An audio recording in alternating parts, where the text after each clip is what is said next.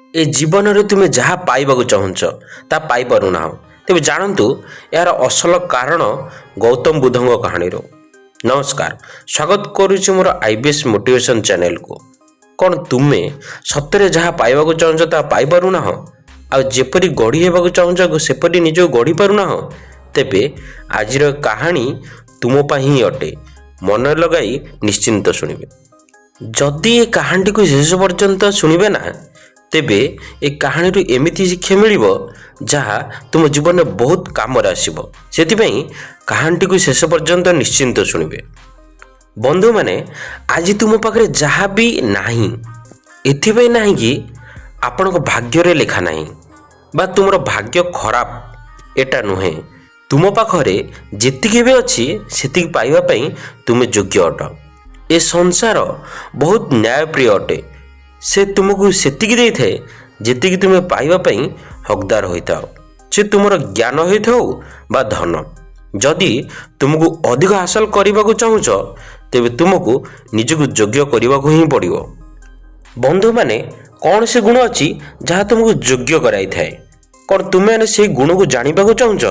यदि चाहूच तेबे से गौतम बुद्धଙ୍କ जीवनर कहानी को शेष पर्यंत निश्चिंत शुणु।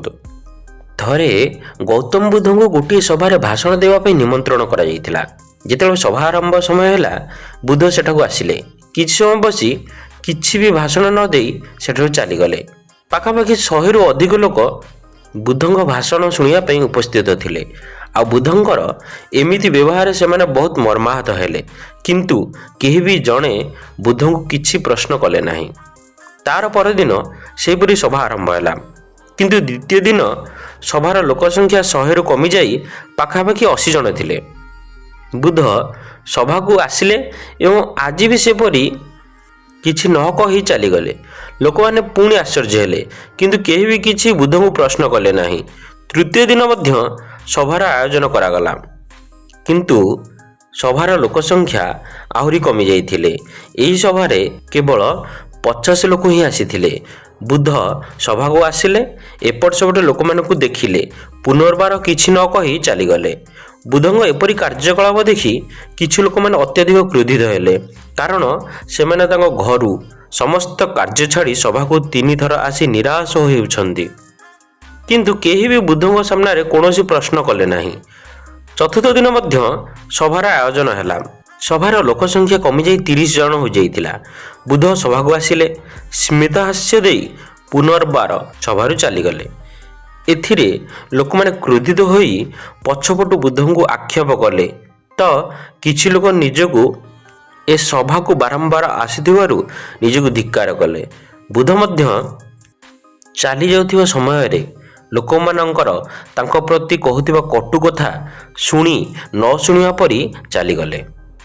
पंचम दिन पुनर्बार सभार आयोजन करागला किंतु सभारे मात्र 15 जन ही उपस्थित थिले।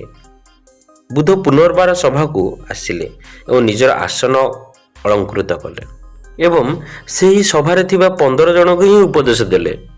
सेही 15 जन बौद्ध भिक्षु होई गले।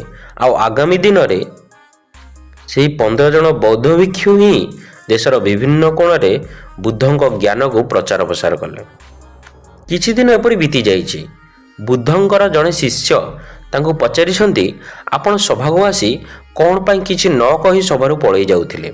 यह शुणी बुद्ध अति विनम्रतार सह उत्तर देइथिले कि मु सेही लोकन को खोजुथिली जी मोर ज्ञान को शुणिबा शिक्षा ग्रहण करिवार योग्य होइथिबो।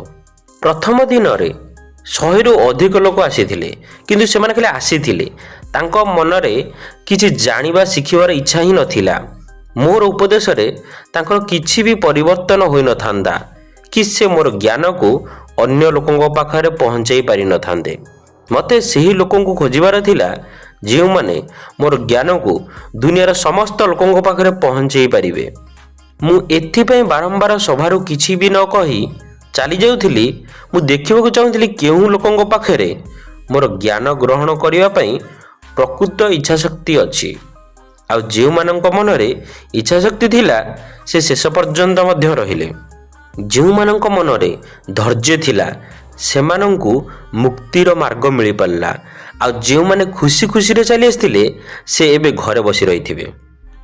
କଥା ଏହା ନୁହେଁ କି ମୁଁ ତୁମକୁ କେତେ ଦେଇପାରିବି, କଥା ଏହା ଯେ ତୁମେ କେତେ ଜ୍ଞାନ ନେବା ପାଇଁ ଇଚ୍ଛୁକ ଅଛ, ତୁମର ପାତ୍ର କେତେ ବଡ଼ ଅଟେ, ଆଉ ତୁମେ କେତେ ପାଇବା ପାଇଁ ଯୋଗ୍ୟ ଅଟ। ଯେତିକି ଯୋଗ୍ୟ ହୋଇଥିବ ସେତିକି ହିଁ ତୁମକୁ ମିଳିବ, ତାଠାରୁ କେବେ ବି ଅଧିକ ମିଳିବ ନାହିଁ। ସେହି ଶିଷ୍ୟଟି ପୁଣି ବୁଦ୍ଧଙ୍କୁ ପ୍ରଶ୍ନ କରିଛି କି ଗୁରୁ ନିଜକୁ କିପରି ଯୋଗ୍ୟ କରିପାରିବ? ବୁଦ୍ଧ ଉତ୍ତରରେ କହିଛନ୍ତି କି ଯେଉଁ ବ୍ୟକ୍ତିଙ୍କ ପାଖରେ ଯେତେ ଧୈର୍ଯ୍ୟ ଶକ୍ତି ଅଛି ସେ ନିଜ ଜୀବନରେ କିଛି ବି ହାସଲ କରିଦେଇପାରିବ। ହୋଇପାରେ ତୁମମାନଙ୍କ ଜୀବନରେ ଲକ୍ଷ୍ୟ ଭିନ୍ନ ଭିନ୍ନ ହୋଇଥାଇପାରେ, କିନ୍ତୁ ବିନା ଧୈର୍ଯ୍ୟରେ ତୁମର ଲକ୍ଷ୍ୟର ଶୀର୍ଷରେ ପହଞ୍ଚିବା ଅସମ୍ଭବ ହୋଇଥାଏ। ସେହି ଶିଷ୍ୟଟି ପୁଣି ପ୍ରଶ୍ନ କରିଛି କି ଗୁରୁ ଅନ୍ତରରେ ଥିବା ଧୈର୍ଯ୍ୟର ଗୁଣକୁ କିପରି ବୃଦ୍ଧି କରିପାରିବ? ବୁଦ୍ଧ ଉତ୍ତର ଦେଲେ କି ନିରନ୍ତର ଚେଷ୍ଟା କରିବା ଦ୍ୱାରା ହିଁ ଧୈର୍ଯ୍ୟର ଗୁଣକୁ ବୃଦ୍ଧି କରିପାରିବ। ଯେପରି କୌଣସି ବ୍ୟକ୍ତି ଧ୍ୟାନ କରି ବସିବା ଆରମ୍ଭ କରିଦେଇଥାଏ, କିନ୍ତୁ ତାର ମନ ତା ସାମ୍ନାରେ ବିଭିନ୍ନ ପ୍ରକାର ଦୁଶ୍ଚିନ୍ତା କଠିନତା ଆଣି ଦେଇଥାଏ, ତାହାର ଅନ୍ତରର ଧୈର୍ଯ୍ୟ ମନୋବଳ ହିଁ ତାକୁ ଲକ୍ଷ୍ୟର ଶୀର୍ଷରେ ଆଣି ପହଞ୍ଚାଇ ଦେଇଥାଏ।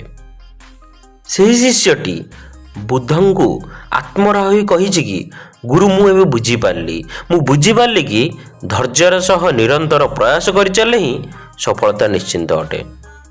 ବନ୍ଧୁମାନେ, ତୁମେମାନେ ଏବେ ବୁଝିସାରିଥିବ କି ସେହି ଜିନିଷ କ'ଣ ପାଇଁ ତୁମ ପାଖରେ ନାହିଁ ଯାହାକୁ ତୁମେ ପାଇବାକୁ ଚାହୁଁଛ, କାରଣ ତୁମେ ତାକୁ ପାଇବା ପାଇଁ ନିଜକୁ ଯୋଗ୍ୟ ହିଁ କରିନାହଁ। ଯୋଗ୍ୟ କିପରି ହେବ? ଯେତେବେଳେ ତୁମ ମନରେ ଧୈର୍ଯ୍ୟ ବୃଦ୍ଧି କରିବ। ଆଉ ଧୈର୍ଯ୍ୟ କେମିତି ବଢ଼ିବ? ଧୈର୍ଯ୍ୟ ବଢ଼ିବ ନିରନ୍ତର ଅଭ୍ୟାସ ଦ୍ୱାରା। ଅଭ୍ୟାସ କିଏ କରିବ? ନା ଅଭ୍ୟାସ କରିବେ ଆପଣ। ତେବେ ଏ ପର୍ଯ୍ୟନ୍ତ ଅଭ୍ୟାସ କ'ଣ ପାଇଁ କରିନାହଁ? ଏପର୍ଯ୍ୟନ୍ତ କ'ଣ ପାଇଁ ଶୋଇ ରହିଛ? ଶେଷରେ ଏତିକି କହିବି କି ବନ୍ଧୁମାନେ, ଥରେ ନା ଥରେ ମନକୁ ପ୍ରଶ୍ନ କରନ୍ତୁ କି ମୁଁ ଯାହା ବି ଭବିଷ୍ୟତରେ ହେବାକୁ ଚାହୁଁଛି ତା ପାଇଁ କ'ଣ ମୁଁ ଧୈର୍ଯ୍ୟର ସହ ଯେତେ ବାଧାବିଘ୍ନ ଆସିଲେ ବି କାର୍ଯ୍ୟ କରୁଛି? ଯଦି ତାର ଉତ୍ତର ନା ଆସିବ, ତେବେ ତୁମ ଅସଫଳତାର କାରଣ ତୁମେ ନିଜେ ହିଁ ହେବ। ଆଜିର ଭିଡ଼ିଓଟିରୁ ଯଦି କିଛି ବି ଶିଖିପାରିଥିବେ ତେବେ ଲାଇକ୍, ସେୟାର, ସବସ୍କ୍ରାଇବ୍ କରିବାକୁ ଜମାରେ ଭୁଲିବେନି। ଜୟ ଜଗନ୍ନାଥ।